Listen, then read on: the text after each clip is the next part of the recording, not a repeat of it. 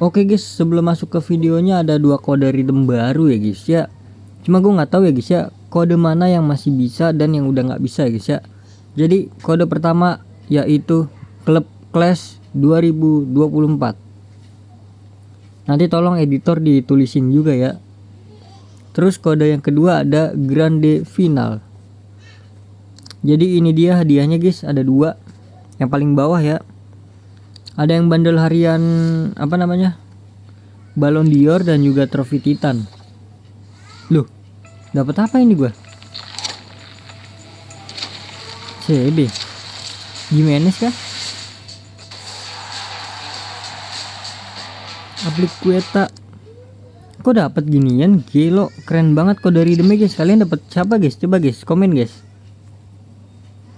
Oke, langsung aja kode redeem yang kedua kita klaim. Oh, yang ini nggak dapet guys. Oke, jadi itu dia dua kode redeem baru